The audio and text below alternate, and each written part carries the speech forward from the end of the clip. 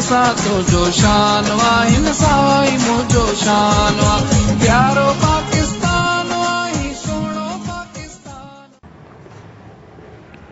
बिस्मिल्लाहिर्रहमानिर्रहीम। Welcome to government boys high school Kashmir colony number 1। Headmaster sir Imam Bakhsh उमरो ऐं subject teacher Inayatullah शरी जे तरफ़ां सभिनी प्यारनि शागिर्दनि खे ख़ुशि आमदीद। प्यारा ॿारो, अॼु असां क्लास मैट्रिक जो सब्जेक्ट पढ़ंदासीं मैथ, जंहिंजो टॉपिक आहे सेट। प्यारा ॿारो, असां क्लास 6 में 7 में 8 में पढ़ी आया आहियूं त सेट जी वसफ़ छा आहे। अॼु असां वरी सेट जी वसफ़ खे दोहराईंदासीं। जेकॾहिं सेट जी वसफ़ जे बारे में वधीक पढ़णो आहे त असांजी क्लास 6 जी पहिरें लेक्चर खे, पहिरें चैप्टर जे पहिरें लेक्चर खे फॉलो कंदा। प्यारा ॿारो, सेट जी वसफ़ छा आहे? चए थो वाज़े बयानु कयल शयुनि जे मेल खे सेट चइबो आहे। अहिड़ियूं शयूं जेके वाज़े बयानु कयल हुजनि ऐं उहे शयुनि जो मेल बि हुजनि त उनखे असीं छा चवंदासीं? सेट चवंदासीं। प्यारा ॿारो, उनखां बाद में सेट ऐं उनजा रुकन असां कीअं ज़ाहिर कंदा आहियूं? चए थो सेट खे वॾी ABC अखरनि ABC खां वठी करे Z ताईं ऐं उनजे रुकननि मेंबरनि या एलिमेंट्स खे नंढी ABC खां वठी करे नंढी Z ताईं ज़ाहिर कबो आहे। यानी सेट जे नाले खे, सेट जे मेंबरनि जे नाले खे कहिड़े तरीक़े सां ज़ाहिर कबो आहे?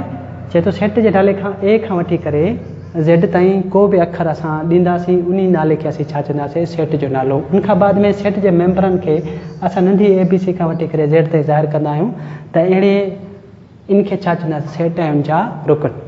प्यारा ॿारो, सेट खे A खां वठी करे Z ते ज़ाहिर कंदा आहियूं, सेट जे नाले खां A खां वठी करे Z ते ज़ाहिर कंदा आहियूं, सेट जे मेंबरनि खे नंढी ABC जी A खां वठी करे Z ताईं ज़ाहिर कंदा आहियूं। प्यारा ॿारो, अहिड़े तरीक़े सां जेकॾहिं असां कंहिं सेट खे ज़ाहिर कयूं त इहा इनजी स्टैंडर्ड फॉर्म हूंदी आहे। स्टैंडर्ड फॉर्म उहा फॉर्म हूंदी आहे जेका पूरी किताब जे अंदरि उहा हलंदी रहे, यानी अहिड़े क़िस्म जो जेको अहिड़ी फॉर्म हलंदी रहे। असां ख़बर आहे त असांजा जेके सेट खे बयानु करण जा जेके 3 फॉर्म आहिनि, descriptive form, tabular form, set builder form, पर जेका असां पूरे किताब जे अंदरि जेका सभ खां वधीक जेका फॉर्म मशहूरु आहे उहा आहे असां वटि कहिड़ी form? Set builder form. Set builder form बि मशहूरु आहे ऐं उन सां गॾोगॾु असां वटि जेका आहे डिस्क्रिप्टिव फॉर्म बि मशहूरु आहे ऐं उन सां गॾु असां वटि जेको आहे जदोली तरीक़ो बि मशहूरु आहे। असां सभ खां वधीक जेको आहे उहो जदोली तरीक़ो पढ़ंदासीं। प्यारा ॿारो, असां हाणे उनखां बाद में मेंबर, रुकन या एलिमेंट जो सेट सां तालुक़ु कोन्हे। जेकॾहिं को बि मेंबर, रुकन या एलिमेंट कंहिं सेट सां तालुक़ु रखे थो त असां उनखे कीअं बयानु कंदासीं? प्यारा ॿारो, जेकॾहिं अखर A सेट A जो रुकन आहे त उनखे लिखिबो A रुकन आहे A जो। A रुकन आहे A एप्सिलॉन बराबरि आहे A जे, ऐं पढ़िबो A सेट A जो रुकन आहे AEA, ऐं पढ़िबो A सेट A जो रुकन आहे, यानी नंढी A सेट वॾे A जो रुकन आहे। जेकॾहिं को बि मेंबर आहे, फर्ज़ कयो ही कीअं आहे त ही चए थो ही सेट A आहे।